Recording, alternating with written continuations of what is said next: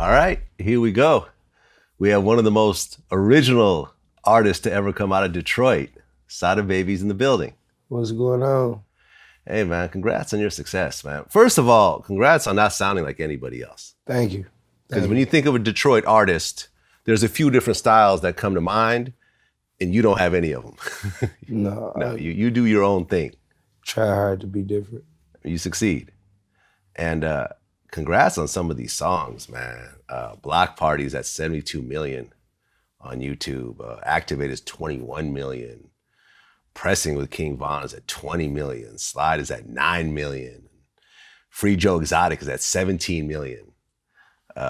With BFB, the Pac-Man, who I recently interviewed. Mm-hmm. We talked about you. I mean, you basically gave him a career with that song, with how big that song was. Yeah, man. I just acknowledged him. He would have made it if anybody else with some sense would have heard him like I did. Yeah. But yeah, Pac-Man was gonna be Pac-Man because he was destined to be Pac-Man. Right, but it always takes that one song to put someone over the top, and then they could either run with it or they fade out, and he ran with it. Yeah. He doing real good. Yeah. Well, it's your first time here, so let's go ahead and start in the beginning. So you were born in Detroit? Yep. Okay. And what was Detroit like in the 90s? Sunny. That's what I remember. It's sunnier than what it is now.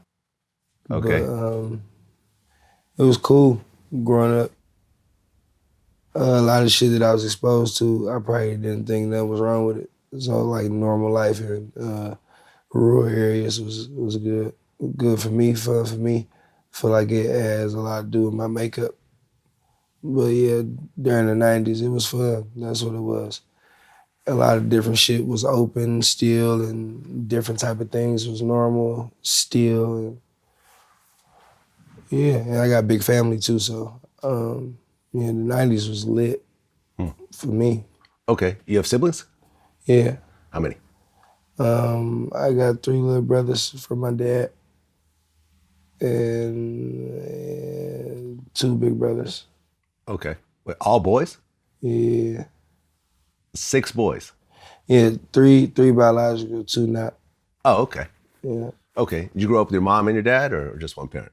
For the most part, my mama. I stayed with my dad a couple times. Okay. So you're growing up in Detroit, and Sada Baby comes from your real name, which is Casada. And I don't think I've ever heard that name before. I got it from my grandma. It's my dad's name. Oh, so you're Casada the second? Yeah. Okay. Junior. Is there a meaning behind that? Because usually when you hear names that start with that end with an A, it's usually a girl's name. You see what I'm saying? So it's kind of a very unique name for a man. Is there a meaning behind it? It mean married in Spanish. Okay. That's it. That's it. Okay. So, and you had another name also, Scooba Steve. Mm-hmm. And that came from the movie Big Daddy? Yeah, the actual name itself came from Big Daddy. I got the nickname from the streets. People I was around and the type of shit I was doing. And I don't know how it tied into what the fuck I was involved with, but niggas around me made it tie into it, and I was Scooba Steve.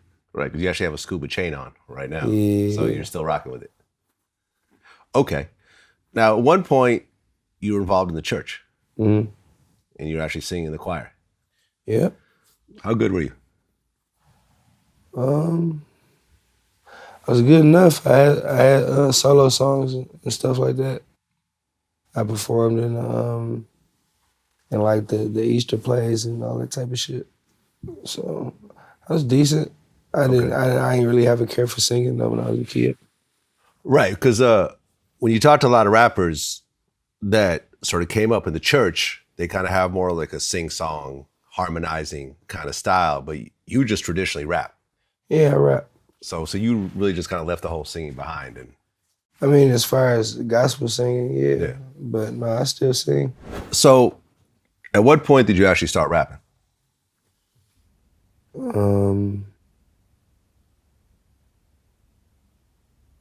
like 6 years ago, 6, 7 years ago.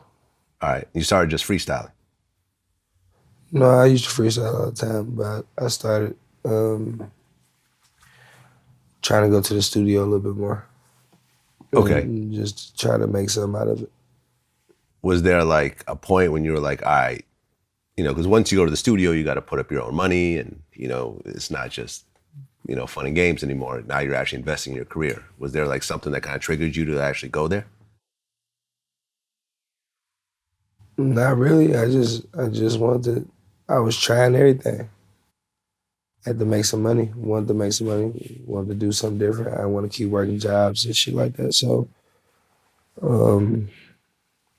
nah, it wasn't like one definitive thing that made me go do it. It's a bunch of contributing factors, all that pointed me in the direction of taking the music serious. Okay. And when you talk about jobs, you had a whole bunch of jobs. Yeah. You worked at a car wash. Yeah. For one day. Yeah. No bullshit. What were some of the other jobs? Kitchens, hot dog stand. You worked at a hot dog stand. Yeah. How was that experience? It was fun. I was a kid. Okay. It was fun though. Worked at a aquarium plant for a little while. Trying to think of some other shit I did too. But no, I had a few jobs, as many as I could get. Okay, and the kitchen thing, the cooking thing, you actually try to take that seriously. In a sense. Explain. I was gonna go to college for it, but I didn't. Right, the culinary school, basically. Okay, why'd you stop? Made some money off music. Okay. Now, in 2013, you got arrested. Yeah. For stealing, I guess? For allegedly doing some shit. I ain't do it. But can't beat certain shit. It just wasn't set up for me to not win the case. So you just took a plea deal? I ain't plea shit. They convicted me. I tried to fight it because I didn't do it, but I had no lawyer, I had a court appointed. It wasn't really no effort put in to save me from the situation. So, and I was young as hell. So, yeah. You were like 20 at the time? Yep, about 20. Okay. And what happened with that case? So you were found guilty in court? I think I was. Yeah, because this shit is on my record. Like, I got 2 felonies. That was the first one. Oh, so that was an actual felony? Mm-hmm. Can you say what they convicted you of? I don't know. The charge is larceny or felony larceny from a person or some shit like that. Oh, robbing somebody. Yeah, but I didn't. No, it wasn't even robbing. They said somebody attempted to snatch a purse. So. Oh, you don't seem like a purse snatcher to me. Just looking at you, I'm not getting those vibes right now. No, man. And if I needed to snatch a purse, I would have snatched it. It wouldn't have been an attempt. But yeah, I ain't do that shit. Went to court, didn't work. Something about, because like the day in question and I was at work. Uh-huh. And I bring a letter from work. And they said the letter from work was inadmissible because it wasn't laminated. What? Yeah, that's what they told me. Because it wasn't laminated. No bullshit. Man, all I gotta say is court-appointed attorneys. Yeah. That's what I gotta say. Everyone I know that has a court-appointed attorney went to prison behind that court-appointed attorney. Yeah, because the court-appointed attorneys, they are working with the prosecutor. Right. They're trying to get you a plea deal. That's it. They're not trying to fight your case. They're not trying to do no work for real. They just leaving out the hearing and talking to the prosecutors. Right, because like when you take a case pro bono, I mean, that's a real lawyer. They have real paid cases, but they're just doing their pro bono for whatever reason, requirements, whatever else, right? So a lot of times they'll go to the prosecutor and say, look, I'll plea out all these deals, all these, pro bono deals, but I got my real case over here. Hell yeah. and just cut me some slack on the guy that's paying me 100,000. But I'll go ahead and throw Sada Baby to the wolves, and you know. Court appointed.